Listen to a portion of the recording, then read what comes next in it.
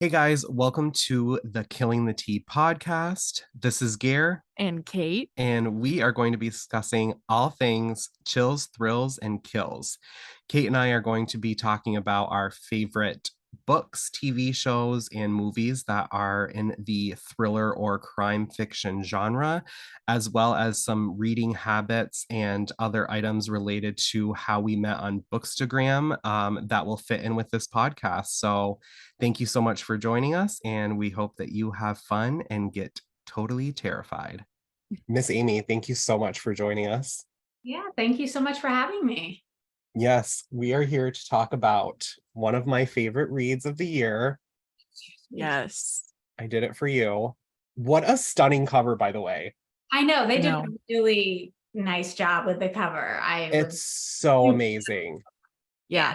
I'm We were like obsessed. fangirling over the cover like before either of us had copies. Yeah, they did a really fantastic job. I love it. I write for like She Reads part-time, and they were like, you need to do something big for like summer 2023 because there's so much coming out, and like legit almost missed my deadline because I was like staring at this cover so much. Like I downloaded it on my phone and was like looking at all the detail in it. Like the bottom here is like, Yes. oh my God. They nailed it for sure. Oh my God. It's so beautiful, but like so haunting. Yes. Which Yes. really is our vibe. So Oh, yes, absolutely. Like, give me like bleak and terrifying any day. Yeah. yeah. Same. Yeah. Because I'm also a huge fan of The Familiar Dark. I was gonna say this one is not as bleak as some of my other ones, but yeah. Yeah, yeah. So do you, like, in your own words, want to tell people what this one's about? Sure, I can do We that. usually don't because we've both read it, and once we get started on a book that we love, like we don't stop, and then we're like a little nervous about spoilers. So we're gonna Yes. we figure you have this down pat. Yeah, Yeah. I mean, I could just give a little quick spiel. Yeah. It's about a woman, Greer Dunning. When she was 16, her older sister and her sister's boyfriend were murdered in their small town in Kansas. They were shot to death in the car where they were making out. And the guy who did it was convicted, and he's recently been executed. And after his execution, there is a very similar murder back in Greer's hometown. And she always had questions, not so much about whether the guy who was convicted had actually committed the murder of her sister, but she just never felt like that was the whole story. Nobody ever knew why he did it. And she always felt like there was something more going on. And now there's been these similar murders. So she decides to go back to her hometown. Her parents are really struggling. They have been ever since her sister's death. And so she decides to go back and just sort of revisit it all and see if she can piece any of it together. So that's the quick synopsis. Yeah. Amazing. That's great. Yeah. Yeah, like you crushed it. So what yeah. what was your like first idea for this book? Like what like hit you first and got you going? Well, I mean, I always set my books in the Midwest because I'm from the Midwest. So I had the town sort of in my head. And then I was trying, I know there have been a million books about a woman who goes back home to sort of look into a murder. I know that's nothing new or, it's been done a lot. But I was a criminal defense attorney for 10 years before I started writing. And I've never really wanted to write like a courtroom drama, but I wanted to pull some of the things that I learned and experienced during those years into a book. And that's sort of what started the idea percolating in my head. The man who killed her sister has been executed, and I worked on a death penalty case, and it always has stuck with me. And so I wanted to include some of that. And then just observing when I was an attorney, there's always so much sympathy for the family of the victims, as there should be. But the family of the perpetrator is sort of either ignored or even, people scorn them or act like they're the ones who committed the crime. And so I really wanted to look also at that, like the way that a violent crime affects the family of the perpetrator as much as it does the family of the victim.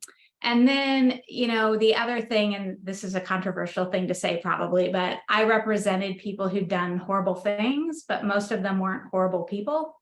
And I think there's an idea, especially in the media, that, everyone's who commits a crime is just this monster. And of course, there are people like that, but a lot of people have just made really bad choices. And they still have something worth contributing to the world, even if it's from prison. So I also wanted to look at that idea that, we're more than the worst thing we've ever done. And so that was something that I wanted to explore in the book too.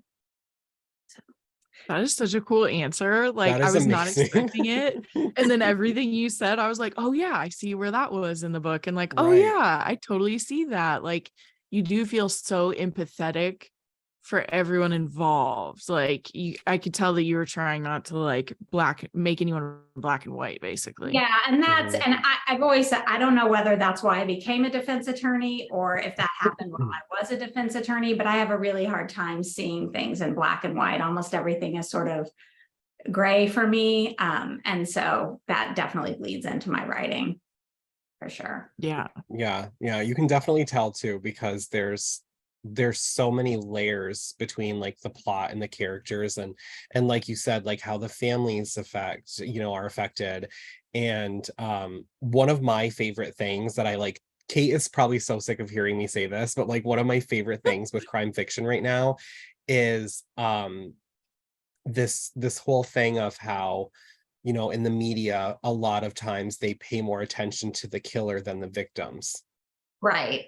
And with your book, I was like, this is amazing. The way that you gave a voice to the killer in the way that like the media does, but you honed in so much on the victims, who they were, who their families were, like what was left behind, and like the psychological aspects of that I was like, this is like the best time to be a reader in crime fiction because of stories like this. I definitely, wanted to really get into the grief and the guilt that Greer has and the effect it had on her family, just sort of blowing her whole family up, and they've never been able to put the pieces back together.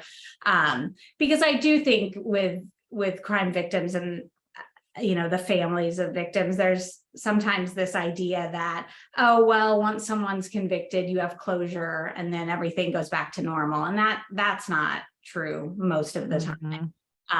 There's, long-term effects. So I wanted to look at that too. So yeah, it's definitely not a book where I'm like, oh, the killer's, so great. But I wanted to sort of show the humanity and the suffering on both sides, I guess. Yeah.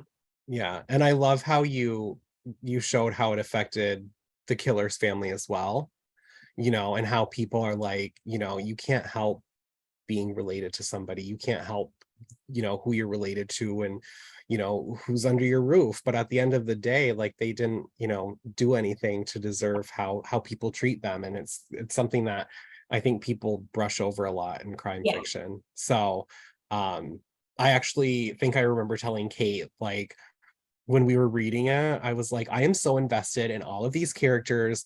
I am so like just taken by this story that like I keep forgetting why I'm here. I keep forgetting that there's this question of, is there more to the story? And if there is, what is it? Because the way that you tell this story was so good when it comes to like basing it around these characters in this town too, because your town almost plays a character as well.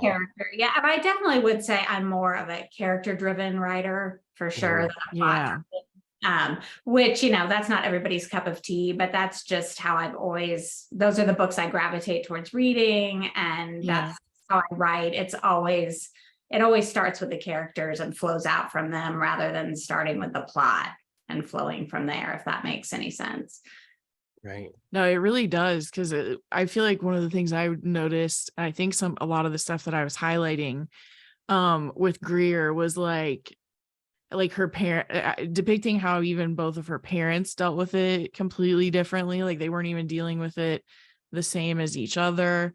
And she's dealing with it another way too, but she was a kid having to like have her parents feeling this way. And I feel like the whole time you feel really sad for their family. Like you can tell that everyone's like coping the way they can, but that it like does cause wounds when something like that happens.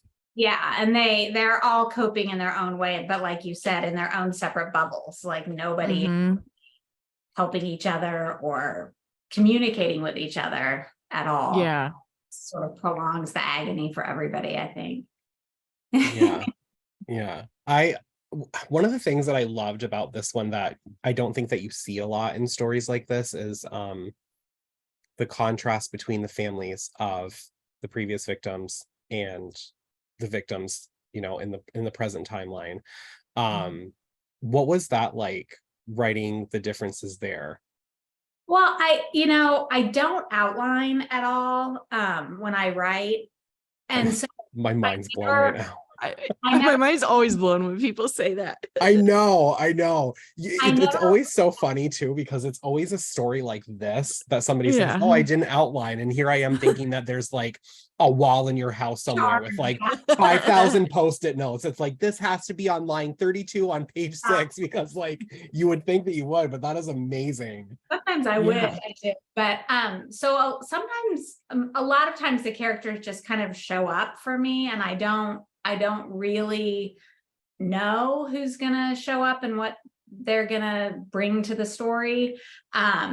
So I didn't consciously go in thinking, okay, I want to show all these different reactions to grief, all the different ways that people could Mhm. process this or not process it. They just sort of came to the page that way. And you know, like you said, the parents of the more recent victims definitely have different reactions than Greer's family. Um, and even like Greer's sister's boyfriend's mom, her reaction is different than anybody else's. So yeah, I don't know that I consciously thought about it. They just sort of presented themselves that way, which is probably not That is as so good an cool. answer That's as incredible. No, that's like amazing. That's Yes. amazing. I'm always like curious how the mind of a crime fiction writer works, because everybody's Mhm. so different. yeah. So for someone to say to us, this character kind of is the one that told me like where to take the reins, that I was just like, that is insane. And I love everything about that. Magical. Yeah. Yeah. Usually know if I'm writing and the scene just will not come, it just will not work. That's usually a sign to me that I'm taking the character or the story in a way that it's not supposed to go. And then I know I need to like backtrack and figure out where I went Yeah. and then start from there. And usually it'll work itself out. So yeah. I love that. That is I so love. cool. Has there been anything in like the media, like whether it's, you know, a true case, or if there was anything like a movie or television show that like helped you think of this story? This story. I'm trying to think. I don't think so with this one. I've had that happen with other books, Mhm. but this one, I don't think there was anything specific that made me like, decide on this story. It just sort of came to me. Yeah. But in the past, things have. So yeah. There's so many aspects to it that would play off so well on screen.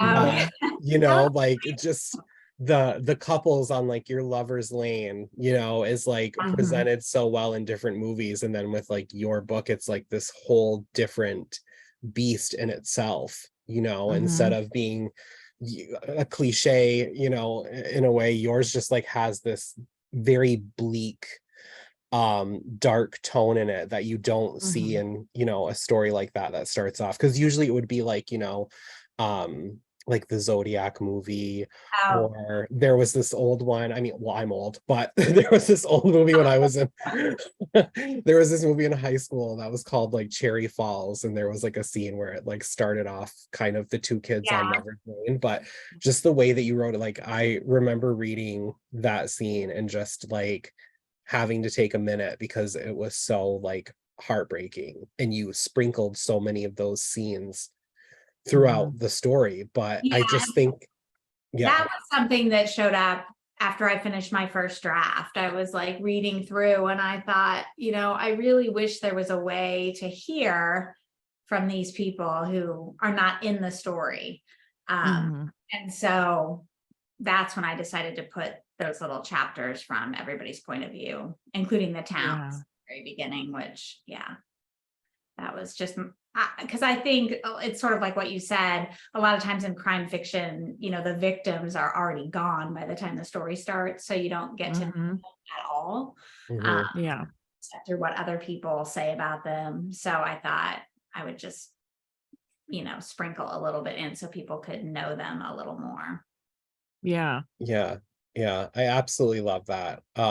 Because like I said, like it's kind of something that you see often in like movies. And I'm a huge scary movie fan, like to a T, but I always like say, how some of them are so unrealistic because I'm like, if you had two teenagers who are murdered in your town, like your whole town isn't going to be like, oh my God, who did it? Like, what do you think like of this person? It's going to be like they're mourning and they're angry and they're sad. And there's like Mhm. things left behind after you find out who it is. It's not credits roll and everybody moves on. So that part of the story was like very, very effective for me. It was almost like if somebody took like the ending credits of the movie Scream Oh and yeah, you took over from there, yeah, like you kind of show like what this town goes through and what these families are left with after like the big crime is solved, because the media kind of moves on, yeah, like Yeah. nobody cares anymore except for everybody that's kind of left over. yeah, for sure. I'm just obsessed with it. I could talk about this all night. I'm so like, I love this Yes. book so much. Yeah, that's nice. You Yeah. And know, there's like so many reveals at the end. I'm not going to mention any of them. But so like if you kind of like the characters talk to you, did you know like the end, like where you were headed with it? Or I did you I find that out as you? usually know where I'm trying to get to. Like I usually know the beginning Nice. and end. And Mhm. the I won't say any spoilers, but the Right. two reveals towards the end are the two bigger ones. I think I had an idea about one of them from the beginning, and then the other one came pretty early on. So I started Mm. like putting little, if you went back, Yeah. if you reread it, you would see where that's sort of threaded through. Um, Yeah. but yeah, so I did know those two pretty early on. Yeah. That's cool. Yeah, because I felt that way. I was like, oh, now I remember some things. Yeah. Yeah. There's yeah, definitely along the way. I love how Mm-hmm. you mentioned that because when we finished this book, Kate said to me, like, now I really want to go back and see if I can pick up on some of these things because we were both so Mm-hmm. surprised at the end that like Mm-hmm. she was like, I wonder if I could pick up on some things if I like went back and reread this. Yeah, I think you Mm-hmm. I And think I you have to be Mm-hmm. like dragged away kicking and screaming because like the minute I finished it, I was like, I want to start this all over again just for the whole like experience of it because I loved so much of this book and I'm always like blown away with how cinematic your writing is. Like oh, everything could like piece together and I could like picture all of it and it wasn't hot. I love that. It was not. Yeah. Thank you. No characters were sweaty and we're so happy. thanks. Yeah. I don't know if you guys ever read Roanoke Girls, that my first adult novel. It's summer in Kansas. It's just sweat from beginning to end. It's Oh, but no, yeah, not this one. But not yeah, it's this one. funny you said that because when I write, I have other writer friends and we talk. When I write, Mhm. I see it like a movie as I'm Mm. writing it. And so I'm just sort of describing what I'm seeing and what they're doing. Um, So yeah, that's how I see it in my head as I'm writing also. Yeah, That's so cool. I can definitely picture like the gazebo. Oh yeah. That Yeah. is like Mhm. something that stuck out to me so much because I was like, oh my God, it just looks so cool and I want to be in there with them and just like hanging out. But like that part, and then a few things toward the end, which I'm not even going to say the location because I have such a big mouth and I'm not going to Right? spoil anything. I'm going to be so good.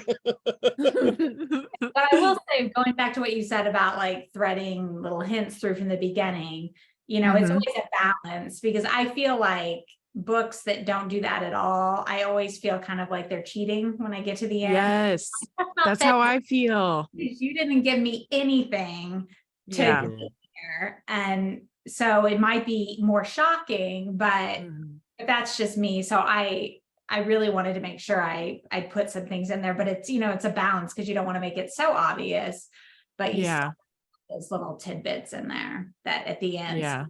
like, oh yeah, I remember that. So And that's why I'm blown away that you don't plot, because Yeah. when I was reading this one, I felt like I was being like, in my mind, I was like going in different directions at the end of each chapter. Like I was like, like I think I know what's gonna be going on here. And then like the next chapter, I was like, okay, I was wrong there. Like I should not be a detective. And then like each chapter, I was like, oh my God, like where am I going? Like why can't I like piece this together? You know what I mean? Like I was so like, I knew what was going on and I was so invested, but I was like, Garrett, like you listen to true crime podcasts before you go to bed. Like like your comfort show is Law and Order SVU. Like you should be able to like kind of have like an inkling as to what's going to happen here. And I wasn't, but you dropped those little nuggets of information as like a Mhm. hint, but then you had like the twists in the end, but they didn't seem far-fetched at all. Like it was just kind of one of those things where I'm like, oh my God, like I should have picked up on something here, or I should have like noticed this, but like you just don't, because your characters are so believable. Mhm. thank you. I mean, if it makes you feel better, I wouldn't even necessarily call them twists, I mean, to me, like a twist, a big twist is like, I don't know if you guys ever read Shutter Island or something like Yeah. that. Yeah. Everything changes. Yeah. So, I would love to write a twist like that. I don't know if that's really in my wheelhouse or not, but I more like reveals. So you shouldn't feel bad if Yeah. you like pick up on them. So It don't. just shows like how Mhm. strong of a writer you are. And I think the reason I use twist instead of like reveal is because, like I said, there were a lot of times in this book that I was like, That's true. oh shit, I'm supposed to be solving a crime here. I'm supposed to be like putting the pieces together to like kind of figure things out. But I was just so invested in the town and the characters and this amazing cast that you built that I, was just completely immersed the entire time. Like from the very first page, I knew this was going to be one of my favorite books of the year. Well, thank you. I mean, as a writer who really tries to work on characters and character building, Yeah. that means a ton that you were invested in them, and yeah, I can't ask for more than that. So for I will sure. say, Neither can we. yeah, out of every book that I read this year, your book was the easiest for me to build my dream cast for on Oh, Instagram. Ooh. Like it was just so easy because I was like, oh, this is like this person and this is that one. And so yeah, your characters definitely like jump out at the pages oh, of well, the that's story. nice. Yeah, maybe someone in Hollywood will. Yes. I will tag anyone I can to get this because Mhm. like it would be so, so, so good as a Mhm. movie or like a mini series. I I feel like almost it like, could be a mini series. yeah, Because like 100%. I feel like you can like spend more time with one character in mini Yeah, series sometimes. Hmm. yeah, they've definitely got. There's a lot going on with everybody. I'll say that. Yeah. I would Mhm. love like David Fincher to produce it. Oh, I know, right? Wouldn't that be amazing? That's what I like Yes. picture when I read it, is like just like the way he like what he did with Gone Girl. You know what I mean? Where like, Or like Mindhunter or that. oh, Mhm. just like the grittiness Yeah. of the Yeah. Midwest, and then these like beautiful scenes as well that you had, because there's so much that when you're reading it you imagine like something peaceful and beautiful and like like cozy, and then there are other times that things are a little like stark and like scary. Yeah. And then you have the Scary. gazebo. I want to be in charge of the And then gazebo there's a scenes. gazebo. There are some Stars Hollows vibes. Right? Yeah. Yeah. It's Yeah. almost like somebody gets murdered on like Gilmore Girls. And then Yeah. you're like, oh no, there's other things lurking. Yeah. If you wanted to make this like a movie or a series, do you have anyone in mind for Greer? Gosh, I don't, because when I'm seeing it like a movie in my head, it's never somebody famous. It's Mhm. just I have her in my head. I can picture her, but I don't Yeah. picture her as anyone in particular, because then I always think I'll start giving her like the mannerisms of that That's a person, good point. you know. Mhm. So Oh and yeah, just Greer, she's not, Why do you guys have somebody you think? I I do. didn't think of anyone. Mine's like 10% of the time I have someone, but Gare always has someone. Who do you Mine's Victoria Pedretti. Did you watch The Haunting on Hill House? Yes. Oh, I love her. Yes. Yeah. Yeah. And she was in, I think, like the second and third season of You. Yes. Yeah. Okay. Yeah. She was Yeah. black. Yes. Yes. Okay. Yeah. That's like 100% my Greer. Yeah, I can see that. Yeah. That's a good She's one. so like pretty and she's tough and she can like just nail all of those like the full Mhm. range of human Like emotion. vulnerable part. Yeah. I can Yeah. see Mhm. Yeah. That's my that's my Greer. I've been like crossing my fingers. I'm like, I don't care if I get the whole rest of the cast wrong, but like that is my Greer to a T. Yeah. now I'm gonna picture her like that. So yeah, no, Yeah. that's fun. I agree. Yeah. I would love to That would see be a it. good one. Mhm. Well, what we always ask people at the end is if they like, what have you read recently that you loved or watched? Really anything. Um, well, I just finished season 2 of The Bear on Hulu about the chef, Yeah. and I loved it. It was so good. People are always laughing because I read like dark stuff and then I read really light stuff, and I'm trying to think the last thriller I read. I keep a Doesn't list. have to be a thriller. Um, I'm trying to think the last couple books. It came out a couple years ago, but In My Dreams I Hold a Knife by Ashley Winstead. She We So love You're her. perfect. You yes. I We love recommend that her. one to everyone. I'm like, if you haven't read it, you need to read it. Yes. And Mhm. and then I'm rereading because my inner like 20-year-old fangirl. I'm rereading Red, White, and Royal Blue because the movie is coming out. It's like, Oh, have you guys ever read that?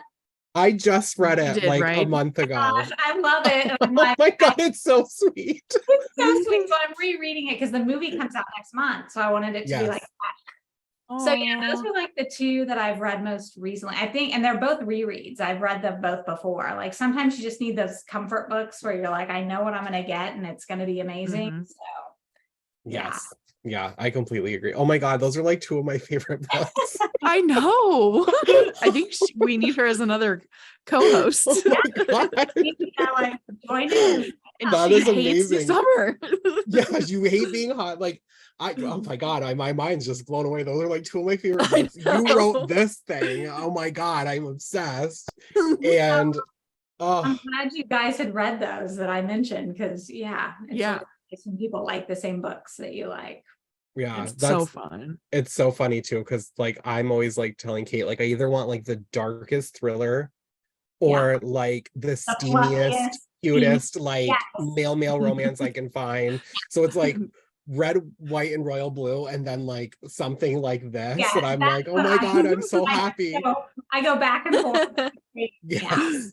constantly. Yeah, because you You need, guys are balanced. yes, exactly. It can get too dark. Yeah, Right. exactly. Right. Yeah. Oh my God, I love it. That's amazing. That is great. Well, I hope you enjoy the movie when it comes out. You'll have to let No, us know what you think. yeah, can't wait. Don't forget to buy your copy of I Did It For You, July 25th. go into your bookstore, buy a copy for a friend, stare at the cover, get inside, and have your mind blown. Thanks, guys.